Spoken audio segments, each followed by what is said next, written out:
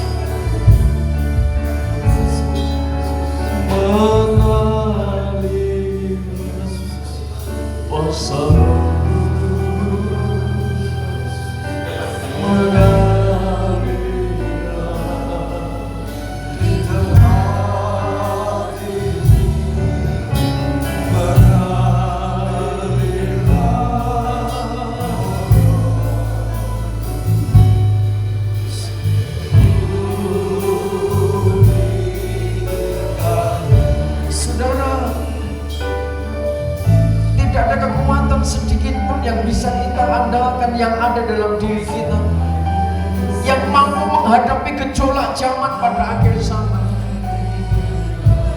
Hari-hari yang penuh kelam kabut, hari-hari yang penuh dengan kegoncangan yang dahsyat.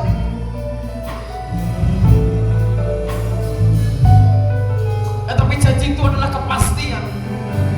Setiap pribadi yang dikuasai roh, setiap pribadi yang dikuasai firman Allah, di sana ada perlindungan, ada kekuatan, ada keselamatan, ada kemenangan yang dahsyat di dalam hidup. Katakan mengalir, mengalirlah.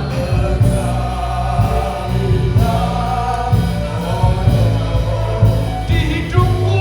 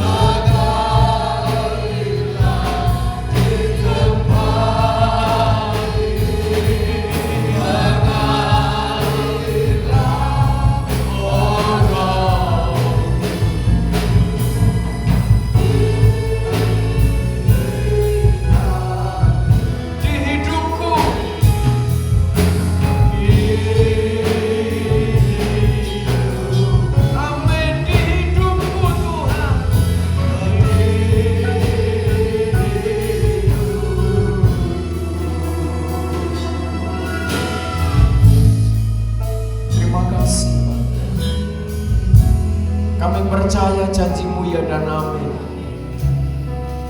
bahwa kuasa-Mu Tuhan nyatakan atas pribadi lepas pribadi. Ketika pengurapan roh itu turun, ketika umat-Mu memuliakan, meninggikan, mengagungkan,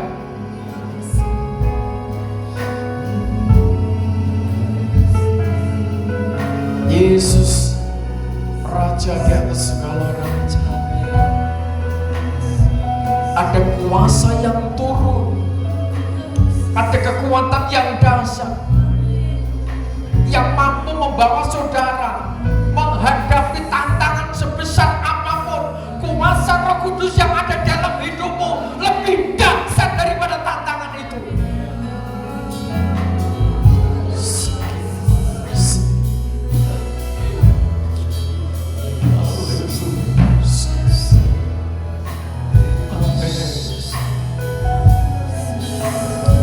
Terima kasih Raja di atas segala raja yang sungguh membawa kami ke dalam kepastian, ke dalam keselamatan. Perlindungan-Mu nyata atas kami. Terima kasih Bapa. Di dalam nama Tuhan Yesus Kristus, layakkan kami menerima pengajaran firman-Mu yang terus membawa hidup kami kepada satu rancangan Tuhan, pada satu kesempurnaan kehendak Tuhan, sehingga hidup kami dari hari ke hari semakin diperkenan oleh Tuhan. Terima kasih Bapa, di dalam nama Tuhan Yesus Kristus. Amin. Tuhan kita Yesus Kristus, syukur kita panjatkan di hadapan Tuhan, Raja di atas segala raja, Imam besar yang agung.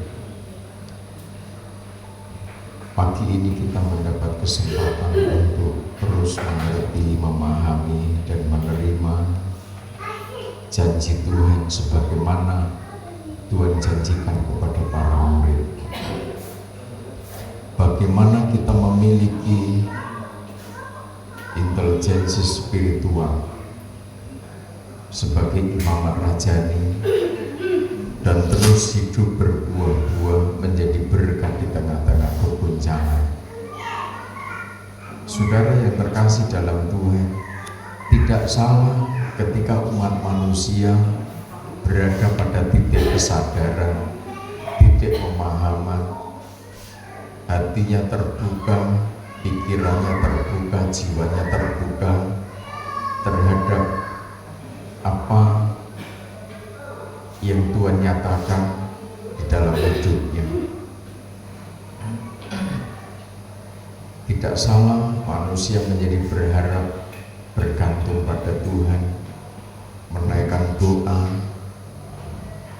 demi hidupnya terlindung, demi keluarganya terlindung, demi usahanya terlindung. Sementara di sisi lain, bencana demi bencana yang tidak bisa dideteksi, tidak bisa diprediksi, terjadi di mana-mana, yang timbul karena air, tanah longsor, badai, dan lain sebagainya. Semua membuat seakan manusia harus sadar bahwa manusia tidak punya kekuatan sedikit pun untuk menghentikan kondisi yang sedemikian. Hanya satu cara, bermohon kepada Tuhan pencipta langit dan bumi, Tuhan yang esa di dalam Yesus Kristus, Tuhan yang penuh kasih sayang, Tuhan yang penuh dengan pengampunan itu. Alamat doa kita, permohonan kita ke sana. Sementara korban-korban jiwa karena peperangan, karena ego suatu bangsa, satu pemimpin, sehingga menimbulkan korban jiwa yang tidak sedikit. Dan sebagaimana firman Tuhan katakan, yang disampaikan oleh para nabi itu nanti akan semakin banyak, volumenya semakin banyak, semakin padat menjelang kedatangan Tuhan yang kedua. Oleh sebab itu perlunya kita hidup dalam tabisan yang dipercaya kecerdasan spiritual. Ketika murid-murid waktu itu belum dipercaya kecerdasan spiritual, mereka tidak mampu menguasai dirinya. Proses salib yang secara langsung dijalani oleh Tuhan Yesus sebagai manusia itu tidak bisa dijalani oleh para murid. Kurang lebih 3,5 tahun murid-murid dididik dalam teori-teori pengajaran keselamatan, tetapi pengajaran itu belum masuk di dalam hatinya, dalam jiwanya, dalam akal budinya, sehingga mereka gagal sesaat. Ketika proses salib itu harus dekat, melekat dengan mereka, justru mereka berkhianat. Saudara, tidak mungkin orang berkhianat dalam situasi kelimpahan. Ketika orang dalam situasi salib, penderitaan, kesusahan, disitulah pengorbanan, apa yang artinya tanggung jawab, apa yang artinya kasih, apa yang artinya kerelaan sedang diuji oleh Tuhan. Jadi kalau saudara meneliti firman Tuhan setahap demi setahap, membaca kitab Kejadian, kitab Keluaran, Imamat, Bilangan, Ulangan, dan terus kitab nabi-nabi, Tuhan itu selalu menguji umatnya. Kan begitu? Tuhan selalu menguji umatnya, bagaimana umatnya mengelola materi, bagaimana umatnya mengelola kecerdasan spiritual, bagaimana umatnya mengelola berkat-berkat yang Tuhan percayakan dalam hidupnya. Tuhan selalu menguji hamba-hambanya, Tuhan selalu menguji umatnya. Yang diuji tidak hanya para raja, para nabi, termasuk janda. Seorang janda di Sarfat juga menjadi sasaran targetnya Tuhan untuk diuji. Sebab itu kita harus belajar ngerti ini kondisi akhir zaman ini sudah nyata, sudah kelihatan mata, sudah terasa.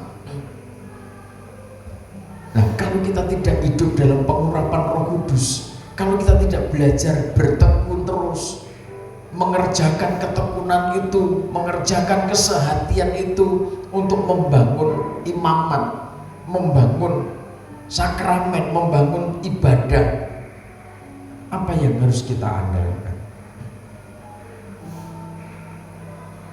Tuhan menguji, Tuhan mempercayakan bagaimana kesetiaan seseorang.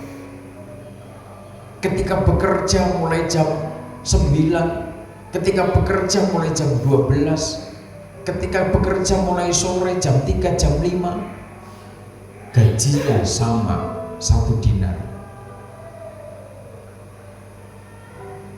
Bagaimana perasaan hati manusia, bagaimana pikiran manusia. Sementara yang bekerja dari pagi sampai sore, gajinya juga 1 dinar. Sementara yang bekerja paling akhir hanya punya kesempatan kerja 1 jam, gajinya juga 1 dinar.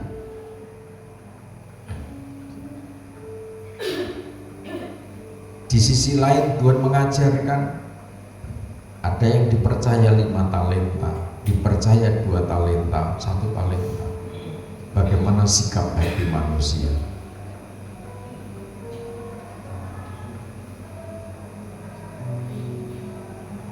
Bagaimana perasaan manusia? Ada yang dipercayakan mina,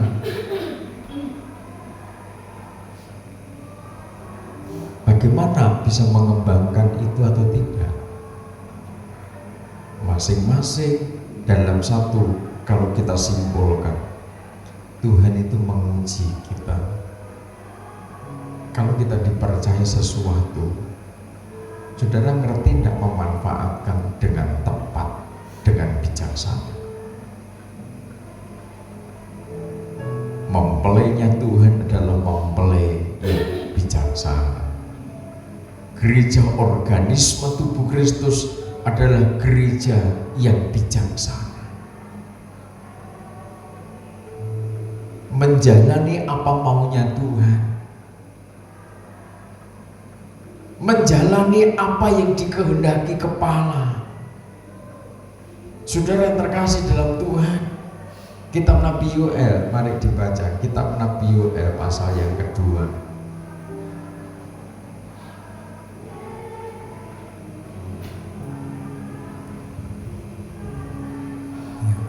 Kitab Nabi Yoel pasal yang kedua, mulai ayat pertama. Ayat yang pertama, tiuplah sangkakala di Sion, Ya, dan berteriaklah di gunungku yang kudus. ya. Biarlah gemetar seluruh penduduk negeri, sebab hari Tuhan datang, sebab hari itu sudah dekat. Hari Tuhan datang. Sebab hari Tuhan itu sudah dekat. Maka hamba-hamba Tuhan, imam-imam yang rajani, yang memiliki beban jiwa-jiwa untuk menyerukan firman pengajaran itu dengan kuat di tengah-tengah umat Tuhan. Hari Tuhan sudah dekat, yaitu suatu hari gelap gulita, terus Dan kelam kabut, terus suatu hari berawan dan kelam pekat, ya, seperti fajar di atas gunung-gunung terbentang.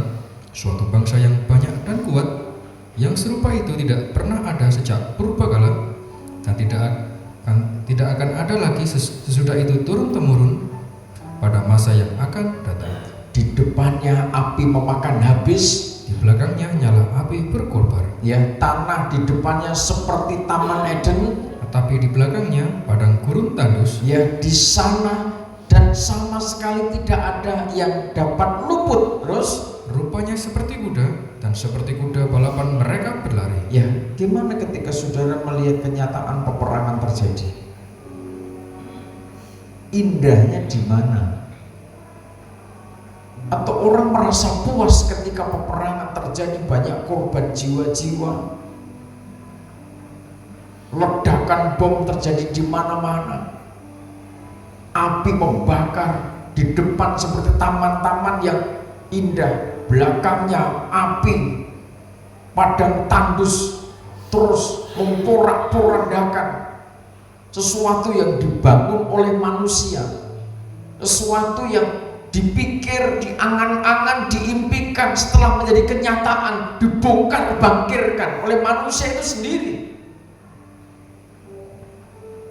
Seperti gemeretaknya kereta-kereta, Mereka melompat-lompat di atas puncak gunung-gunung, seperti geletiknya nyala api yang memakan habis jerami. seperti suatu bangsa Seperti suatu bangsa yang kuat, teratur barisannya untuk berperang. terhadapnya bangsa-bangsa gemetar. Segala muka bertambah menjadi pucat pasi. Ya, seperti pahlawan mereka berlari, Seperti prajurit, mereka naik tembok. ya, dan mereka masing-masing berjalan terus dengan tidak membelok dari jalannya.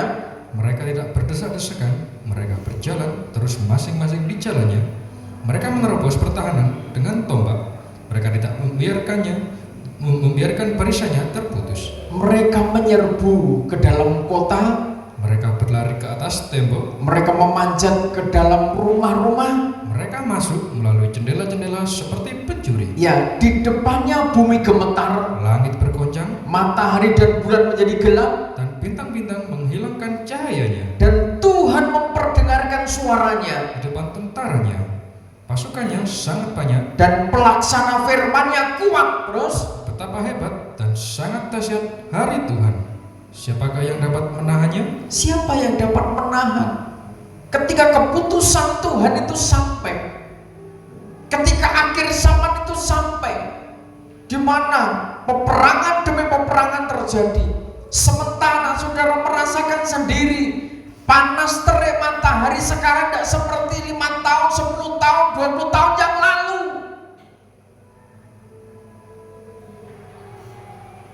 Bahkan di negara-negara lain sudah sampai 35 derajat, 40 derajat, 45 derajat. Sampai bagaimana mereka harus menyelamatkan dirinya supaya tidak dehidrasi. Dan ini terus akan terjadi. Sementara dunia juga berpikir bahwa pengelolaan air di bumi ini sudah tidak beres.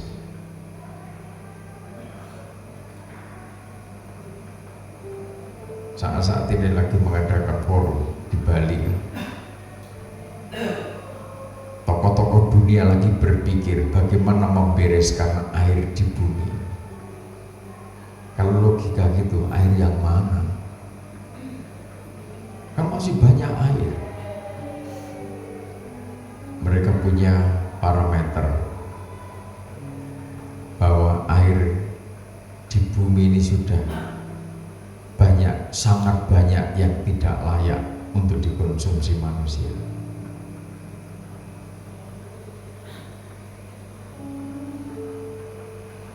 Bahkan Indonesia dituduh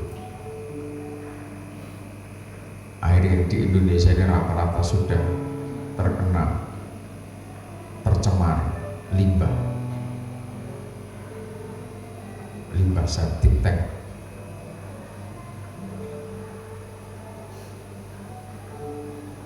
Tentang pemanasan global, perubahan iklim, Indonesia juga dituduh berperan besar karena Indonesia punya kebun kelapa sawit, punya pabrik minyak kelapa sawit.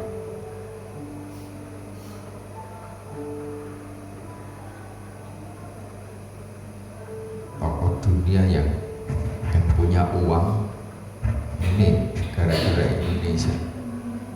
Karena mereka tidak punya kebun kelapa sawit, maka kalau bisa Indonesia jangan sampai punya kebun kelapa sawit, sehingga mereka akan membuat perkebunan kacang-kacangan, sehingga nanti kebutuhan minyak dunia beli ke mereka yang dari bahan kacang-kacangan, bukan dari kelapa sawit. Politik itu seperti itu. Geopolitik dunia sekarang sudah semakin jelas.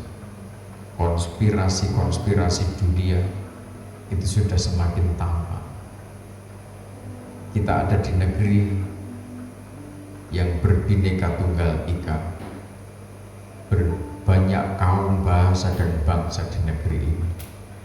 Unik negeri ini dalam bingkai kesatuan yang luar biasa.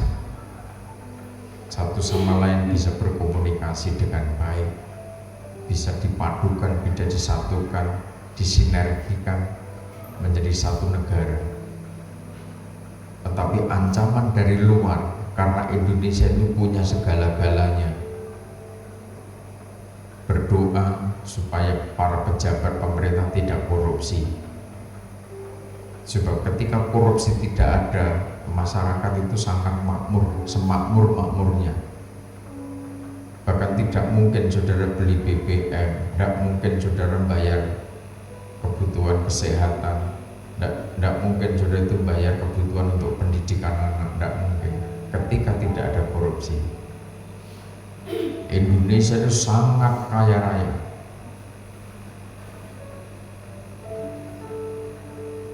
Tambang emas, tembaga itu tidak cuma Freeport. Di Banyuwangi situ saja ada kan. Di Banyuwangi itu nomor 3 di Asia Tenggara. Freeport nomor 1, yang kedua di mana gitu. Emas, tembaga di Banyuwangi situ lagi dikerjakan. Hanya itu dikelola oleh pemimpin-pemimpin yang bijaksana, yang takut akan Tuhan. Penduduk negeri Indonesia, masyarakat Indonesia itu betul-betul merasakan keadilan. Kesehatan gratis, pendidikan gratis, itu terpenuhi, terwujud. Selagi masih ada koruptor yang ambisi hidup dengan hedon, hidup dengan kemewahannya, hidup dengan egonya, tidak berpikir rakyat itu makan atau tidak, tidak berpikir rakyat itu rumahnya layak atau tidak. Kita punya andil, kita punya bagian tugas khusus untuk berdoa, terus berdoa mengasihi bangsa ini. Bagian saudara membangun mental, bagian saudara membangun spiritual. Ketika mental dan spiritual bangsa ini terbentuk, tercipta, memiliki kecerdasan spiritual, maka bangsa ini damai, bangsa ini tenang, sehingga sekalipun goncangan demi goncangan terjadi, malapetaka demi malapetaka terjadi, maka ada kekuatan, ada perlindungan, ada hikmat untuk mengatasi persoalan-persoalan itu. Indonesia itu punya identitas, punya kultur gotong royong. Tetapi ketika paham kapitalis itu masuk, gotong royong itu sudah mulai luntur.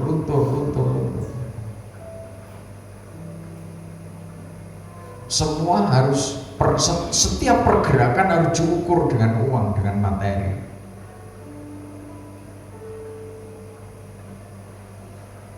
Padahal asli budaya Indonesia,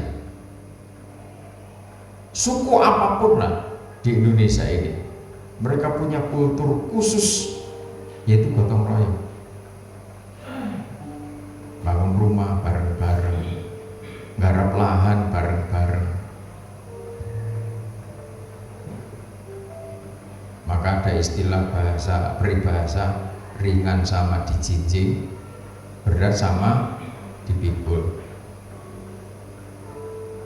berdiri sama tinggi, duduk sama rendah.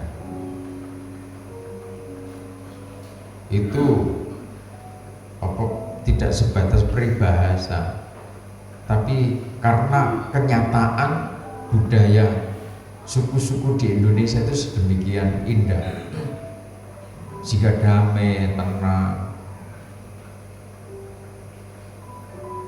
Pedalaman suku-suku pedalaman yang belum tersentuh peralatan modern, itu sejuk, indah, damai, betul-betul natural.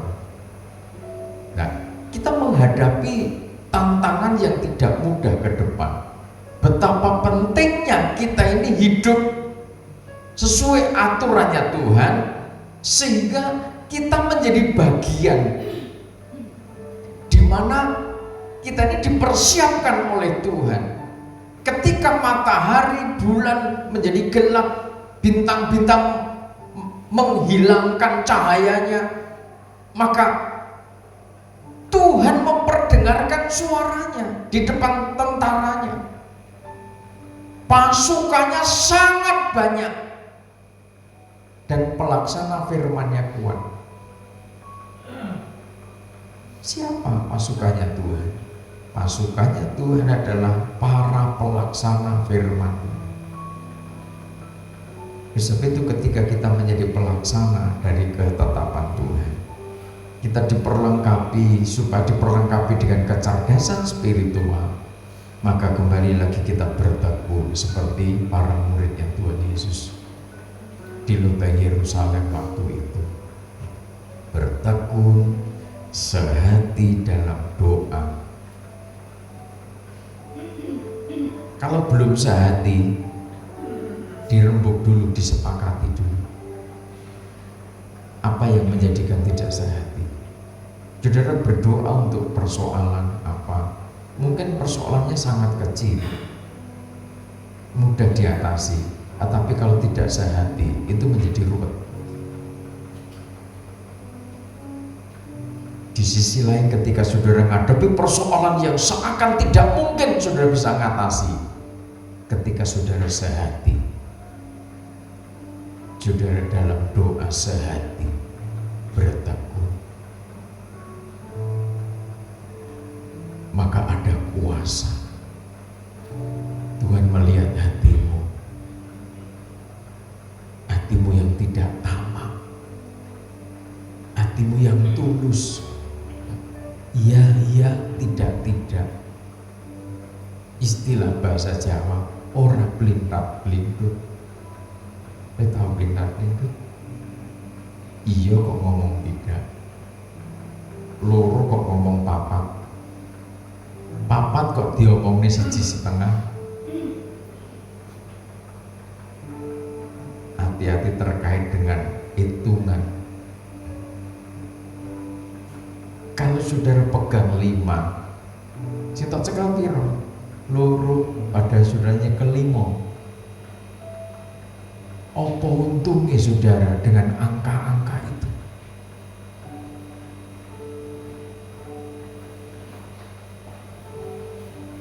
Bagaimana saudara bisa dengan bijak bertekun dalam doa, sehati dalam doa, seakan saudara tidak mampu mengatasi persoalan itu, tetapi ketika saudara dekat dengan Tuhan, barang siapa mau mencelakai, membinasakan bait Allah, maka tangan Tuhan sendiri yang akan membela saudara. Posisikan saudara pada posisi menjadi tempatnya firman dan roh itu bertahan.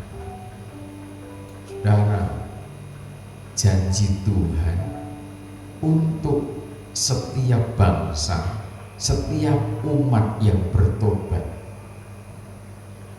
Jadi supaya kita bisa bertekun sehati dalam doa, maka kita harus menundukkan diri di hadapan Tuhan. Orang tua ini diajari cucu,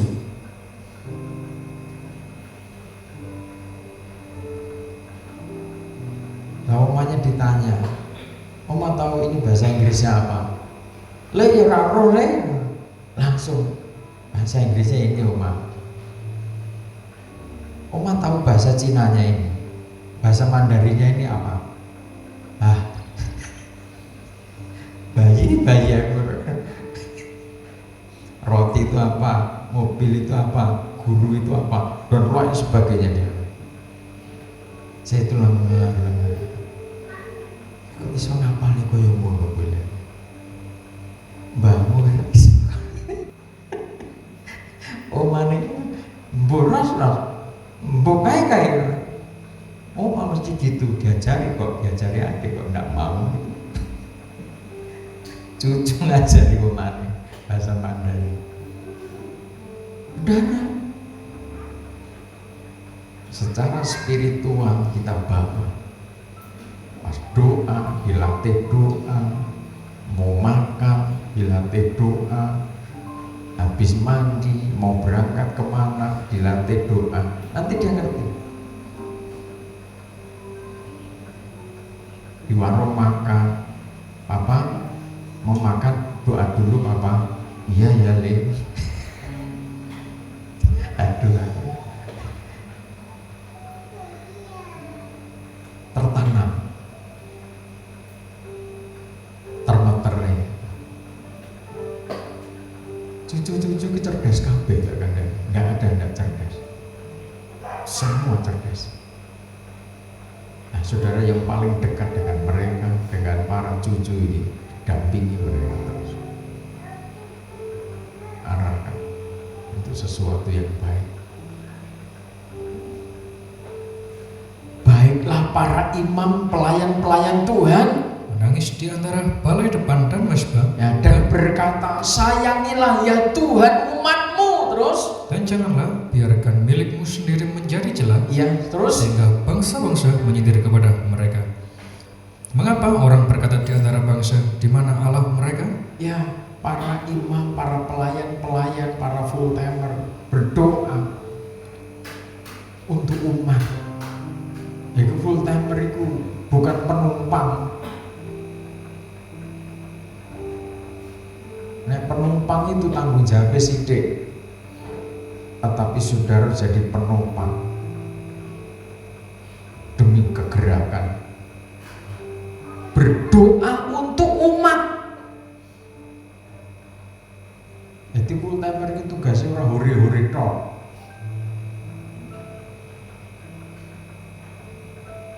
Ono sing dikunyah hore, sing dikunyah pohong mengkem. Pohong enak. Saudara, masa muda boleh makan apa saja, tetapi hati-hati, selektif. Sebelum suatu saat dokter nyetop, iki ojo dipangan, iki ojo dipangan, terus yang tak pangan apa dok? Mbote karo singkong. Bejo sing dadi full timer, apa meneh nek nandur singkong, ya ta? Tandur kewe, tandur sing akeh, tanamkan yang banyak. Hati-hati makannya. Makan boleh, tapi harus selektif. Selektif bukan berarti pilih-pilih, tetapi artinya sewajarnya saja, supaya badan ini sehat. Jangan sampai masa 50 ke atas nanti dokter ngasih rambu-rambu, ya ini jangan lo ya, ini jangan lo ya, ini jangan lo ya. Terus apa dok? Ya kentang, bote, tales, bangsane ngono kuwi, singkong, telong. Apa Daniel? Iya ben sekti kan. Kita harus paham, kita harus ngerti.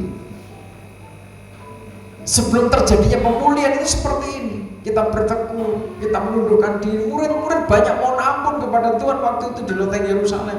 Karena apa? Sudah gagal. Ketika gurunya menyelesaikan tugas misi demi penyelamatan, demi penebusan, mereka tidak bisa menjadi penopang yang baik. Mereka tidak bisa tegak. Mereka justru meninggalkan tahbisannya. Mereka lari, menjauh, bahkan berkata ketika ditanya orang, kamu kenal dia? Kamu kan golongan mereka, kamu muridnya dia. tidak kenal. Ketika saudara dalam proses penderitaan yang begitu berat, manusia pun tidak mengorangkan saudara. Yang dulu akrab berkata kepada orang lain, aku tidak pernah kenal. Jangan terulang lagi dalam hidup saudara. Banggalah sebagai sahabat ketika sahabatmu sedang dalam penderitaan yang sangat berat. Banggalah saudara. Sekalipun saudara tidak bisa memberikan apa-apa, tetapi ada doa, ada hati, ada jiwa, ada pikiran bahwa orang seperti ini sedang disucikan oleh Tuhan, sedang dimurnikan oleh Tuhan. Saya berulang kali saksikan kepada saudara bagaimana ketika gembala roh menghadapi ibu gembala saudara sakit, apakah tidak ada yang menyalahkan saya? Banyak. Mana yang gembala kurang doa, mana yang gembala dikutuk Tuhan. Makanya saya banyak berdiam diri, saya baca firman Tuhan, saya belajar kepada Daud, saya belajar kepada hamba-hamba Tuhan terdahulu, apakah mereka pernah sakit? Ternyata semua rata-rata mereka pernah merasakan penyakit. Mana yang diabetes,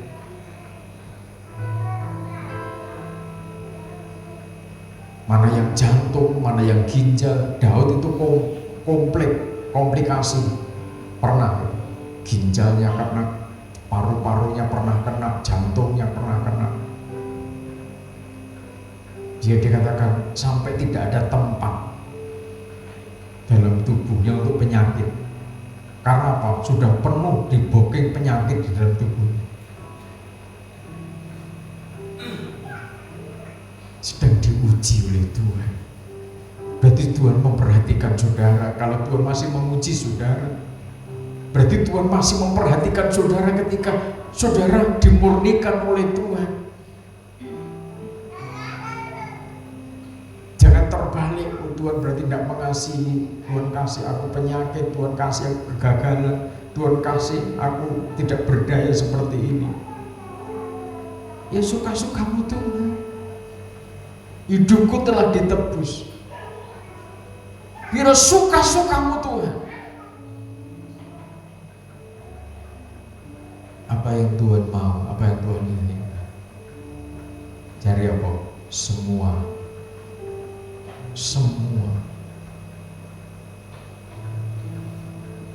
kita berikan.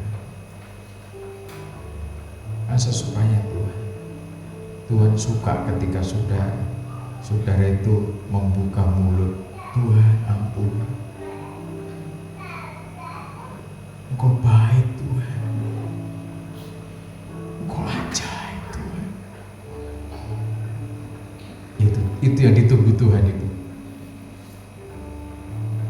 Sebab ketika orang tidak paham, orang tidak ngerti, matanya tertutup oleh materi, telinganya tertutup oleh materi, panca inderanya tertutup oleh dunia, mulut ini tidak bisa mengatakan Engkau baik Tuhan,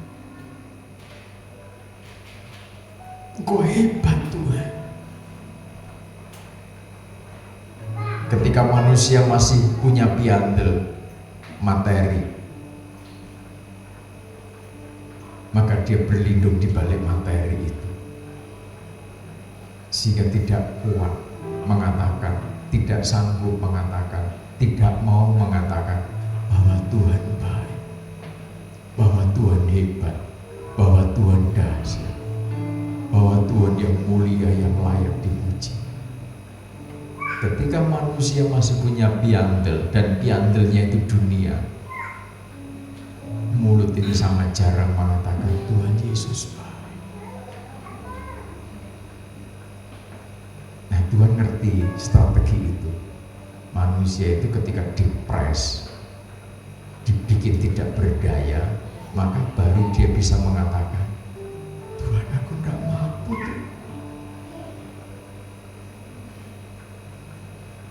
Aku bodoh, Tuhan. Manusia masih punya uang, nanti sembarangan.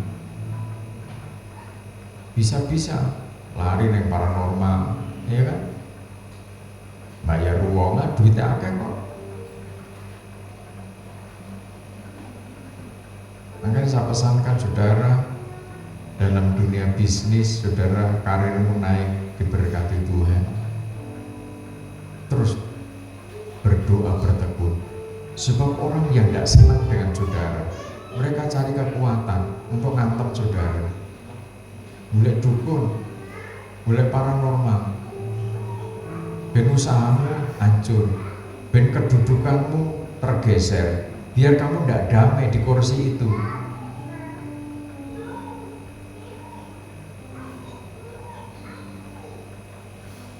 Itu di dunia begitu. Saya masuk Mojokerto sejak 94, jemaat itu berkasus gitu-gitu karena posisinya di kantor dan itu diancam gitu-gitu sama teman-temannya, sama rekanannya. Tenang wae. Pokok mendekat dengan Tuhan, pokok setia ibadah, setia berdoa. Udah tenang lah, aman lah. Tapi nek ndak setia, ndak dekat dengan Tuhan, terus apa sih melindungi? Gitu kan? Nanti disantet tuh wong yang geblak tenang loh. Iya kan? Ya itu orang marah ngamuk begitu ya iso geblak tenang. Ada orang yang tidak percaya begitu, ya monggo silakan. Tapi kenyataan dunia kan begitu. Oh, saya pernah mendoakan orang yang kena santet gitu. Ketika orangnya sembuh, santetnya ucul, ganti malam hari, meluncur ke pastori. Nggak ingat? Berwujud jadi anjing. Pas doa waktu itu ya, itu berapa kali berulang kali berwujud jadi panah api, berwujud jadi bola api begitu. Saya pernah seperti kejatuhan bola api besar begitu, habis doakan orang kesantet begitu. Ya kepalaku ya utuh, kayak tukul rambut ya tukul terus, tidak ada masalah. Jadi Tuhan sedemikian rupa mendidik kita. Janji Tuhan kepada bangsa-bangsa yang bertobat, Tuhan menjadi cemburu karena tanahnya.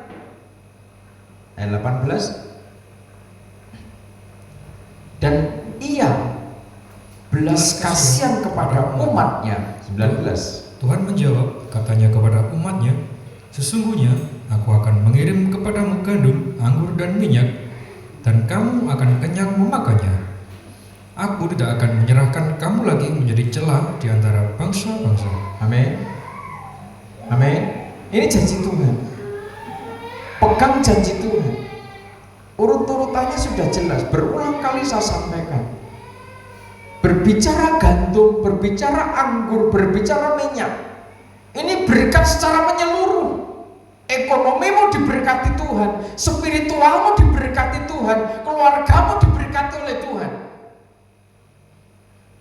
Dan janjinya Tuhan tidak akan membiarkan saudara dipermalukan, dicela oleh orang-orang, dicela oleh rekanan saudara lagi. Ketika Tuhan memulihkan saudara, yang datang dari utara itu akan kujauhkan daripadamu, terus dan akan kuusir ke suatu negeri kering dan tandus, barisan mukanya ke laut timur dan barisan belakangnya ke laut barat. Maka bau busuknya dan bau anyirnya akan naik. Ya, orang-orang roh-roh kegelapan yang menyerang saudara, yang mengambil peluang, orang itu naik dalam kebimbangan, kecemasan, itu peluang. Orang diuji Tuhan itu kan tidak mulus. Untuk mengerti bahwa klik, aku sedang diuji, sedang dihampakan oleh Tuhan, sampai betul-betul tunduk, sujud Tuhan, aku perlu kekuatanmu. Klik, nyambung dengan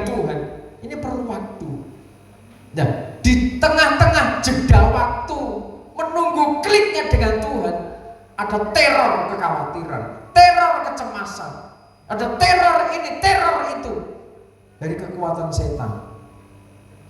Kalau kita tidak bertindak bijak, teror itu masuk, kekuatan setan itu masuk, sehingga kita tertunda-tunda untuk pemulihan. Tetapi ketika kita memperhatikan, kita fokus pada strategi Tuhan, maka kuasa Tuhan itu luar biasa. Terus, sebab ia telah melakukan perkara yang besar. jangan takut, hai tanah. Bersorak-soraklah dan bersukacitalah, Ya, terus, sebab juga Tuhan telah melakukan perkara yang ya, besar. Tuhan telah melakukan perkara yang besar. Jangan takut, binatang-binatang di padang. Sebab tanah gembalaan di padang gurun menghijau, Ya, pohon menghasilkan buahnya, pohon ara dan pohon anggur memberi kekayaannya. ya, terjadi pemulihan. Domba-domba penggembalaan juga punya pengharapan karena Tuhan memberkati padang-padang penggembalaan, menghijau kembali.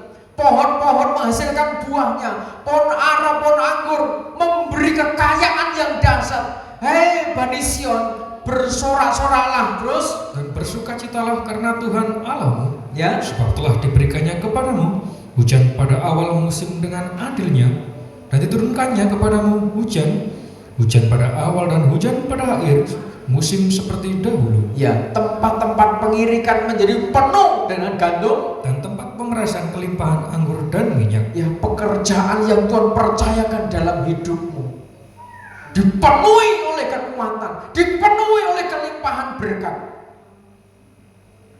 Kalau wadahmu, hidupmu itu sudah disiapkan, disucikan, dan saudara ngerti, Tuhan tidak kurang cara mendatangkan, memenuhi lumbung-lumbungmu, menjadikan besar pekerjaanmu, menjadikan besar perusahaanmu. Tapi hati-hati, saya katakan berulang kali, hati-hati. Tujuan hidupmu bukan keselamatan yang datang dari materi. Materi itu sarana untuk saudara bisa melayani Tuhan. Apa itu melayani Tuhan? Bagaimana kebutuhan istrimu tercukupi, kebutuhan anakmu tercukupi, sebab dia bagian dari tubuh Kristus.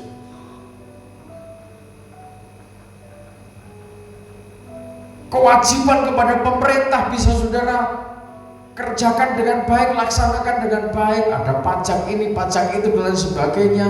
Rencana katanya pajak mau naik, udahlah damai-damai saja rasa protes. Wis sepakat saudara memilih presiden ini, begitu kan? Cuma ya pajak mana ya, nggak usah bingung.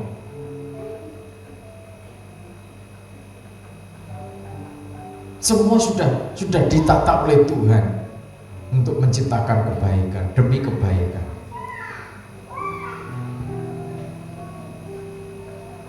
Saudara bisa memperhatikan organisme tubuh Kristus.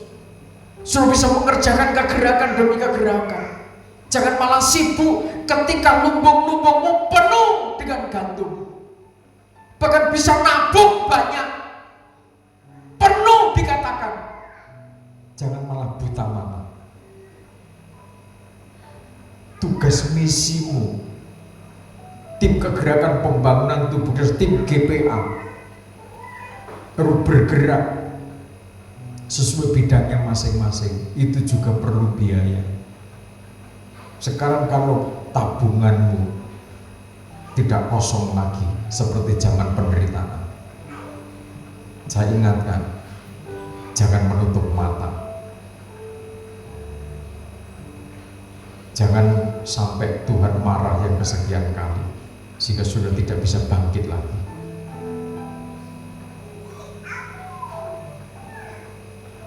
Pernah jatuh dan Tuhan membangkitkan saudara, ini bonus.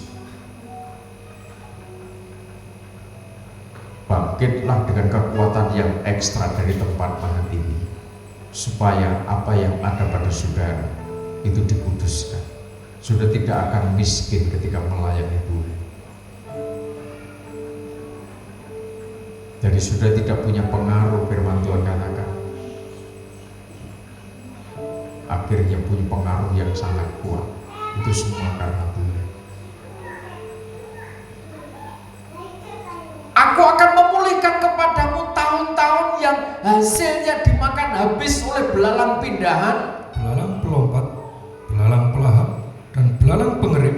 ya. Tentaraku yang besar yang kukirim ke antara kamu. Ya, Tuhan sendiri yang mengatakan tentaraku yang besar, yang kukirim ke antaramu. Ternyata belalang pindahan, belalang pelompat, belalang pelahap, belalang pengerik itu utusan Tuhan untuk menguji, untuk memurnikan umat Tuhan. Disikat habis, ladang gandum, cadangannya semua disikat, dihabiskan oleh tentaranya Tuhan. Makanya lebih baik jatuh ke tangannya Tuhan. Artinya lembutkan hati ketimbang jatuh ke tangan musuh. Jatuh ke tangan musuh, saudara bukan pemimpin tetapi ekor. Sudah diperbudak lagi, sudah tidak bisa pelayanan. Waktumu habis diperbudak oleh dunia hanya untuk mendapatkan makanan. Saudara kerja dari pagi sampai malam, pagi sampai malam, hanya untuk bisa makan.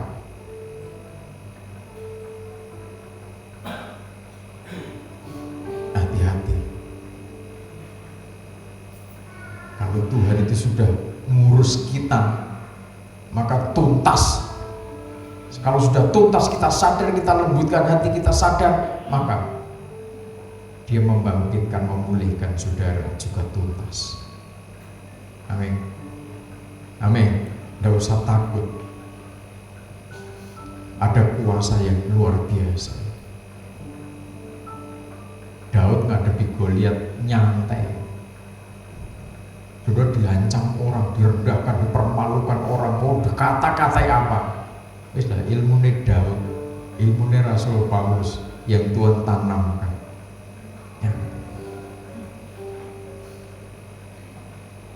Pasukan Tuhan yang menyertai saudara itu lebih besar, lebih dahsyat. Karena apa? Di dalam dirimu ada Logos dan Kristus, Firman dan Roh Kudus. Makanya sudah dikawal para malaikat. Nah, terus apa sih tak wedeni? Nek saudara itu dikawal di mana-mana, itu dikawal para malaikat.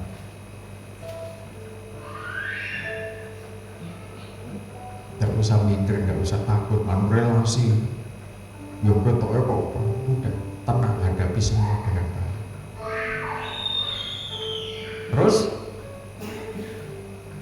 Ayat yang ke-26. maka kamu akan makan banyak-banyak dan menjadi kenyang, Dan kamu akan memuji-muji nama Tuhan Allahmu, Ya. yang telah memperlakukan kamu dengan ajaib. dan umatku tidak akan menjadi malu lagi untuk selama-lamanya. Terus Kamu akan mengetahui bahwa aku ini ada di antara orang Israel, ya, dan bahwa aku ini Tuhan adalah Allahmu, dan tidak ada yang lain, dan umatku tidak akan menjadi malu lagi untuk selama-lamanya. ketika pemulihan itu terjadi, maka jadi Tuhan itu tidak sulit sebenarnya kan. Tuhan itu tidak sulit. Tuhan itu tidak pendendam. Tuhan itu setia. Setia menantikan bagaimana kapan sudah itu sadar. Tetapi Tuhan juga punya timer. Nah, sampai kita lewat pada batas yang ditetapkan Tuhan. Dan itu hanya Tuhan sendiri yang tahu kapan batasnya. Kesetiaan Tuhan menanti saudara sadar, melembutkan hati, itu Tuhan yang ngerti. Dan sudah dikasih tahu nanti akhir bulan ini, akhir dari batas itu, oh masih ada sekian hari, maka saudara bagi-bagi, aku puaskan nafsu, puaskan keinginan dunia, setelah kurang sehari baru tobat. Kan caranya Tuhan tidak begitu. Yang ngono kan enak. Manusia cenderung milih enaknya daging ketimbang jiwa kan. Tuhan kan tidak begitu. Semua serba misteri. Oleh sebab itu, bahwa aku akan mencurahkan rohku ke atas semua manusia. Terus, maka anak-anakmu laki-laki dan perempuan akan bernubuat, ya, orang-orangmu yang tua akan mendapat mimpi. Terus, teruna-terunamu akan mendapat penglihatan-penglihatan. ya, akan terjadi. Tidak menutup kemungkinan anak umur 4 tahun, 3 tahun, terus remaja muda, dari balita, remaja muda dipakai oleh Tuhan dalam pengurapan Roh Kudus. Yang tua mendapatkan mimpi, para teruna karunia-karunia mulai dipercayakan dalam hidupnya, dikasih penglihatan-penglihatan. Dan penglihatan itu terukur, mimpi itu terukur oleh firman. Kalau mimpi ngawur, ada orang mimpi itu ngawur, mimpi di alam bawah sadarnya dikuasai setan.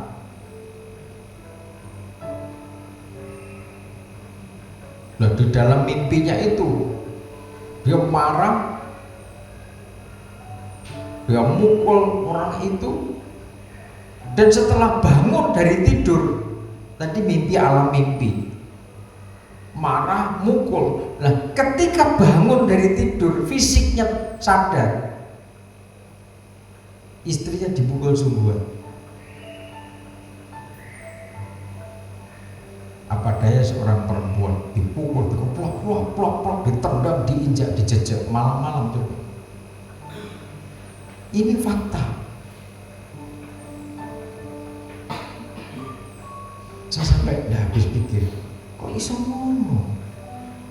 Langsung saya berdoa, ada apa Tuhan?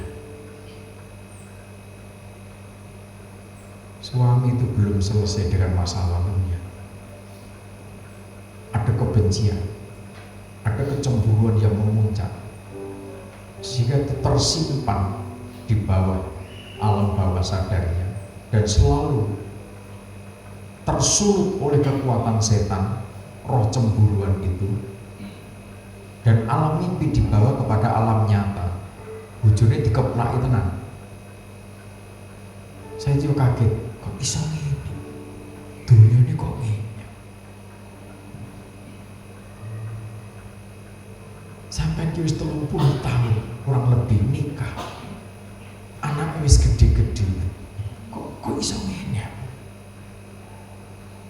Saya katakan, suamimu belum selesai dengan masa lalunya, belum berdamai dengan dirinya. Wong saiki wis tuwa.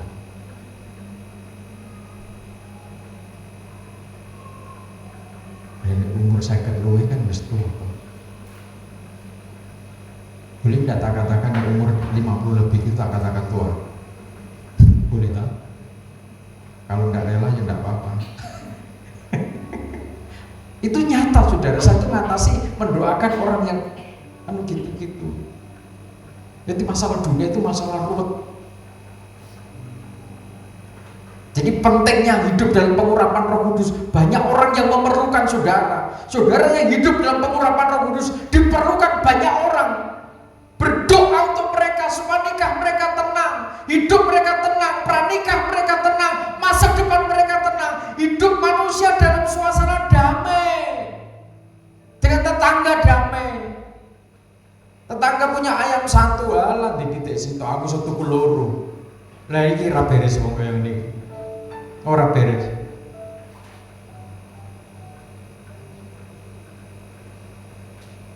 Nah, coba punya ayam 2, tak beleh kabeh.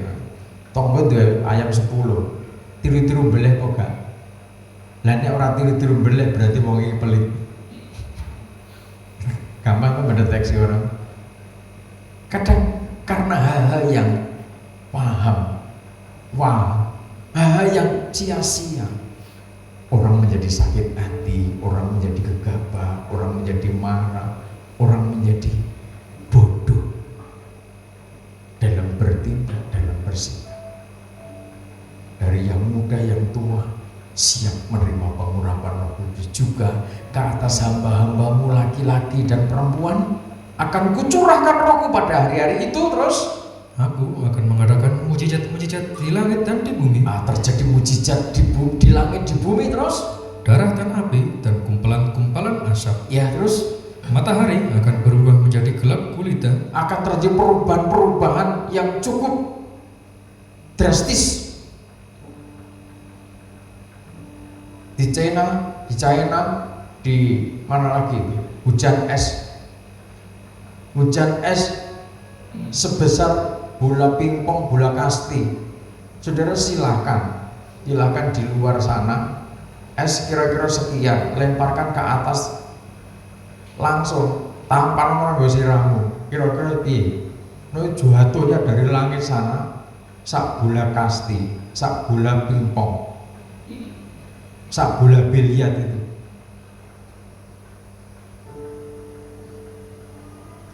Lalu atap galvalum itu jebol,